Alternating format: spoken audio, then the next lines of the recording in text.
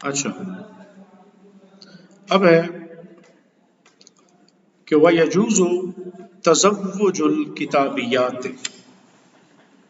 وَيَجُوزُ اور جائز ہے کتابیات کے ساتھ نکاح کرنا، لِقَوْلِهِ تَعَالَى وَالْمُحْصِنَاتُ مِنَ الَّذِينَ أُوتُوا الْكِتَابَ، کہ وہ عورتیں کہ جنہیں کتاب دی گئی تھی، محصنات و پاک باز عورتیں، اے العفائف عفیف عورتیں، پاکیزہ فطرت عورتیں، تو خواہ وہ ان کا تعلق عیسائیت سے ہو، عیسائی ہوں یا یہودی ہوں، کتاب اہل کتاب میں سے ہو، لیکن وہ پاکیزہ ہیں، تو ان کے بارے میں کہا کہ ان کے ساتھ نکاح کیا جا سکتا ہے۔ ولا فرق بین الکتابیت الحرۃ والامۃ علی ما نبین انشاءاللہ، وہ کہتے ہیں کہ ہاں کتابیہ، اب خواہ وہ عورت آزاد ہو یا لونڈی ہو، یہ میٹر نہیں کرتا، قرآن مجید نے صرف کتابیات کی بات کی ہے، مطلق بات کی ہے، لہٰذا ہم بھی اس کو مطلق ہی رکھیں گے۔ المطلق یجری علی اطلاق ہی، مطلق کا تعلق اس کے اوپر پھر اطلاق کے اوپر جاری ہوتا ہے، لہٰذا دونوں سے نکاح جائز ہوگا۔ ولا یجوز تزوج المجوسیات، مجوسیات کے ساتھ نکاح جائز نہیں ہے، لقولہ علیہ الصلاۃ والسلام سنوا بہم سنت اہل الکتاب، سنو سین کے اوپر پیش ہے، دمہ ہے، کہ ان کے ساتھ ڈیل کرو، ان کے ساتھ اپنے معاملات کرو، ان کو کس طرح آپ لوگوں نے برتاؤ کرنا ہے، تو فرمایا کہ بالکل اسی طرح برتاؤ کرو جس طرح آپ اہل کتاب کے ساتھ برتاؤ کرتے ہو، یعنی اگر وہ ہمارے ملک میں رہیں گے، ٹیکس دے کے رہیں گے تو ہمارے ذمہ کہلائیں گے، پھر ان کے حقوق ذمیوں کے حقوق ہوں گے، اس طرح کے معاملات میں ہم ان کو اسی طرح ڈیل کریں گے۔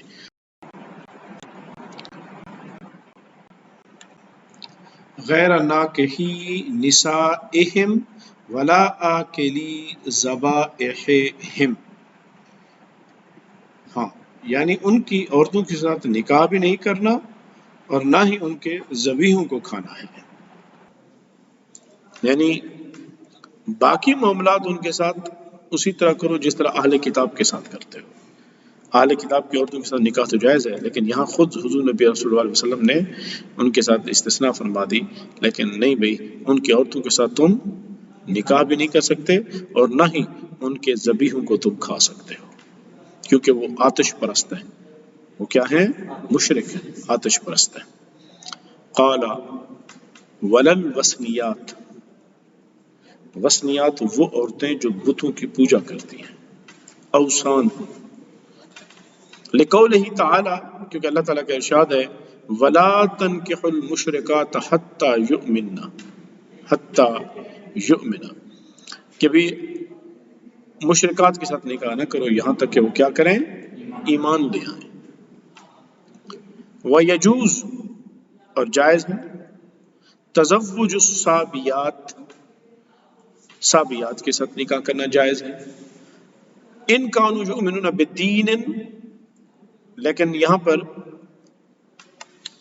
اس کتاب کے متن میں بے دینن ہے، جبکہ بنایا اور عنایا شرح جو ہے ہدایہ کی، اس کے اندر انہوں نے ایک لفظ کا اضافہ کیا بے دین نبیًا، انہوں نے کہا کہ نہیں، ہدایہ کے متن کے اندر لفظ موجود ہے، ممکن ہے پھر اس کتاب، چونکہ یہ پاکستانی متن ہے، پاکستانی مطبوع ہے، تو ممکن ہے یہاں سے مس پرنٹ ہو گیا ہو، غلط سے نہ لکھا گیا ہو، بے دین نبیًا و یقرؤون بکتاب، اگر اب صابیات سے نکاح جائز ہے اگر تو وہ کسی بھی نبی کے دین پر ایمان رکھتی ہیں اور وہ کسی کتاب پر کو تلاوت بھی کرتے ہوں، کسی کتاب اور نبی پر کیا رکھتے ہوں؟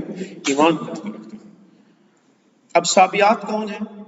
صابیات ہوتے ہیں کہ بھی وہ اہل کتاب تھوں جنہوں نے پھر کتاب کو چھوڑ کر ستاروں کی پرستش کر دی، جنہوں نے کیا کر دی ہو؟ ستاروں کی پرستش شروع کر دی ہو۔ تو اس کے اوپر جو اختلاف آیا وہ صاحبین اور امام اعظم ابو حنیفہ میں آیا۔ امام ابو حنیفہ صاحبین کی یا صابیات کی جو تعریف کرتے ہیں وہ یہ کہتے ہیں کہ صابی وہ ہوتے ہیں کہ جو اہل کتاب ہوتے ہیں، وہ بھی بنیادی طور پر، لیکن صاحبین کہتے ہیں کہ نہیں بھائی وہ اہل کتاب نہیں ہوتے، وہ ستارہ پرست ہوتے ہیں، مشرک ہوتے ہیں، لہٰذا ان کے ساتھ نکاح جائز نہیں۔ تو جس نے بھی جو فتویٰ دیا اس کے پیچھے اس کی دلیل وہی ہے۔ امام صاحب اگر جائز کہتے ہیں تو اس کو ان کو اہل کتاب سمجھ کے کہتے ہیں، اگر امام صاحب کی تعریف دیکھا جائے اگر وہ مشرک کہیں گے تو پھر ان کے نزدیک بھی جائز نہیں ہوگا۔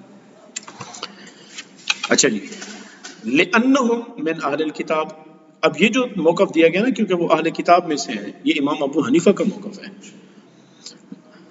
وَإِنْ كَانُوا يَعْبُدُونَ الْكَوَاكِبَ، اور اگر وہ کیا کرتے ہیں، ستارے پرست ہیں، وَلَا کتاب لَهُمْ، اور ان کی کوئی کتاب نہیں ہے، لَمْ تَجُزْ مُنَاكَحَتُهُمْ، لَمْ تَجُزْ مُنَاكَحَتُهُمْ، تو ان کے ساتھ جو نکاح ہے وہ جائز نہیں رہے.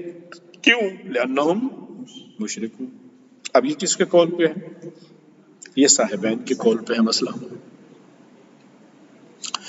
اب صاحب ہدایہ کیا کہتا ہے؟ وہ کہتے ہیں والخلاف المنقول، اور وہ اختلاف امام ابو حنیفہ اور صاحبین کے درمیان جو منقول ہے، فیہ، اس مسئلے کے بارے میں، صابیات کے مسئلے کے بارے میں، محمول علی اشتباہ مذہبہم، ان کے مذہب کے بارے میں مشتبہ ہونے کی بنا پر اسے محمول کیا جائے گا.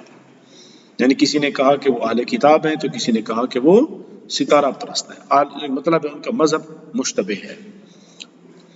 فکل، یعنی امام ابو حنیفہ اور صاحبین دونوں نظریوں میں سے ہر ایک نے اجاب علی ما وقع عنده، اس نے اسی کے مطابق جواب دیا جو مذہب انہوں نے اس کا سمجھا. ٹھیک ہے، اس کا یہ ترجمہ ہے. فکل سے مراد کون ہے؟ ہر ایک کون؟ یعنی ہر ایک عالم. ایک طرف امام ابو حنیفہ ہیں تو ان کے مخالف کون ہیں اس طرح؟ صاحبین، امام ابو یوسف اور امام محمد حسن الشیبانی. تو کہتا ہیں ان دونوں سکولوں، ان دونوں علماء، ان تینوں مطلب دونوں علماء کا مطلب یہ ہے کہ ایک طرف امام ابو حنیفہ اور دوسری طرف ان کے شاگرد، دو گروہ ہو گئے. دونوں میں سے ہر ایک نے جو جواب دیا ہے وہ اسی کے مطابق جواب دیا ہے جو اس کے نزدیک اس کا مذہب ہے صابیات کا. وَعَلَى هَذَا حَالُ ذَبِيحَتِهِمْ، اور یہی معاملہ ان کے ذبیحہ کا ہوگا. یعنی امام ابو حنیفہ کے نزدیک وہ اہل کتاب ہے تو ان کا ذبیحہ بھی جائز، اور صاحبین کے نزدیک چونکہ وہ مشرک ہے تو ان کا ذبیحہ بھی ناجائز. بات سمجھ آ گئی؟